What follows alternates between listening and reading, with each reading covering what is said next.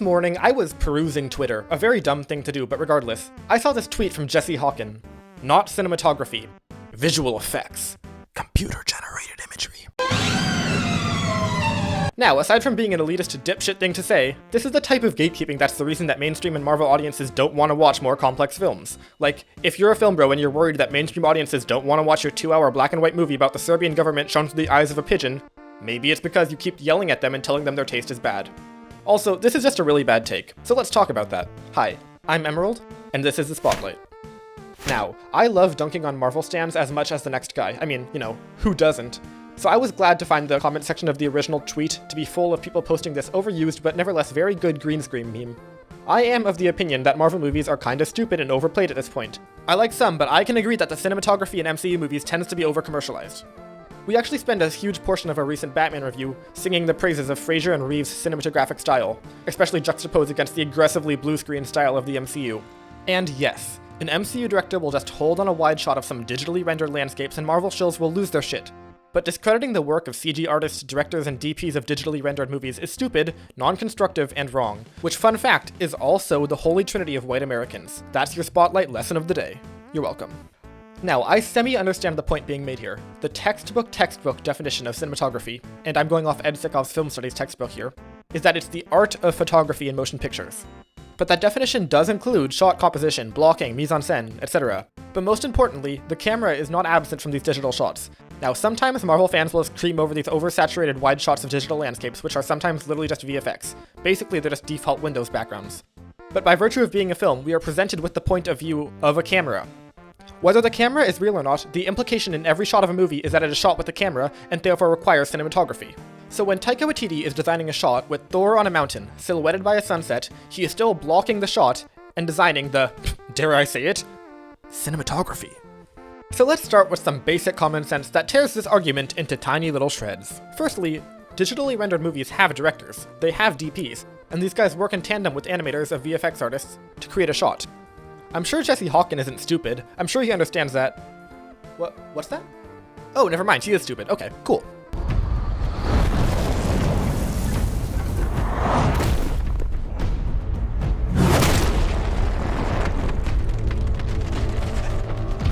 Now, before I take a formal approach to the artistry and mise-en-scène that goes into a full CG shot, let's start with an example of a digitally rendered shot that I really like. It comes from Thor Ragnarok and features a fully rendered CG environment, with a bunch of actors walking through a sea of blue screens.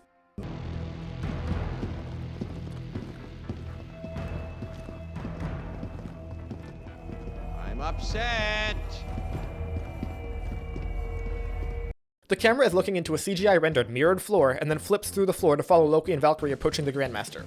This is what it actually looked like without effects.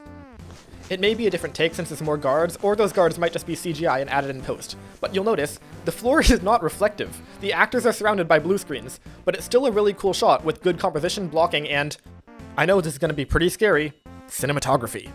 Now, if you are Jesse Hawken, or a member of his army of film elitists who think that they're better than other people by insisting that studio blockbusters aren't real movies, you may be thinking, Emerald, that shot is stupid. It's just actors walking through a blue screen with costumes. It's not real cinematography. It's just a mess of CGI. The reflection is completely digitally rendered, and therefore, it's not real cinematography. I would know as a film bro. Well, the hot take on the mirrored floor actually isn't mine. I didn't come up with that. That compliment is a quote from Sean Baker, writer and director of both commercially and critically successful and highbrow films like Red Rocket and The Florida Project. So, now you don't know what the hell to do,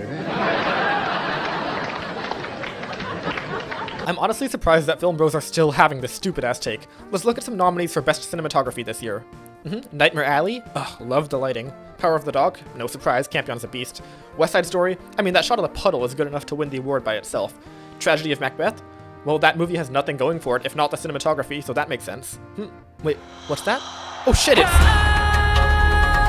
Now, spoiler alert for the film bros watching. They did not travel to Arrakis to shoot this movie. Thomas Flight actually has a really good essay on the look and feel of this movie due to its sand screens and, dare I say it, its cinematography, linked in the down below section. Dune is directed by a visionary and has stunning shots. What about this fucking sick one of Paul escaping a sandworm? Bless the coming and going of him. May his passage cleanse the world. Now let's take a look here. What's real and what's CG? Well, Timothée Chalamet is not actually hanging from his life on an escaping airship. There's no actual desert, And sandworms aren't real. Yes, there's a real camera and a real actor, but 95% of the scene is digital. Arguably the same amount of reality in these MCU shots. So let's take a deeper look at this shot from Dune. And play, is it cinematography? Well, Villeneuve is trying to create fear and establish the threat of a sandworm, and he's trying to cover how close Paul's escape was and convey a sense of scale for Arrakis and its worms. He's doing that by having Paul hanging for his life, almost silhouetted against a massive rotating sandworm, creating an intensely interesting depth of field. All of this was accomplished, and almost all of the elements are CGI. See my point? The crazy thing about this argument is how dumb and overused it is. I can show you so many examples of beautiful shots from movies, mostly digital, that are hailed by the entire film community as having great cinematography. Look at Blade Runner 2049. How much of this shit do you think is real? This is mostly green and blue screen work, but the digital elements are placed with care by a cinematographer in cooperation with the VFX artist and second unit. This not cinematography argument holds literally no water. I mean, this video is barely 5 minutes long and I'm already out of shit to say about it. And of course I like practical effects. I love the car chase in Baby Driver, and I think it's better than any chase in the Furious franchise because it's a practical chase and you can tell. I appreciate how Rian Johnson in Star Wars uses practical effects to show the Force sometimes as a reference to the early Star Wars films. But yeah, and also, that reminds me, if you tell me that this Lightspeed RAM isn't real cinematography, I'm gonna kick your ass. That's the long and short of it. Anyways, practicality is cool and I like it, but if every director is using VFX in almost every shot, and you're still complaining about it, maybe reconsider your fucking priorities. Continue the rest of your life insisting that a wildly popular type of film isn't real cinema? I mean, okay, I guess that's your call. Seems kinda dumb though. Anyways, in my opinion, this take is stupid and I hate it. What do I know? I'm 17. I don't even like most Marvel movies, but whatever. Jesus. I've been Emerald and this has been The Spotlight. Remember to like, comment, subscribe, reblog, retweet, print out flyers, create fake YouTube accounts, install an industrial printing press and start selling transcripts for my videos, buy a bad space now that InfoWars is closed, spam your relatives, come to my house, my address is 24...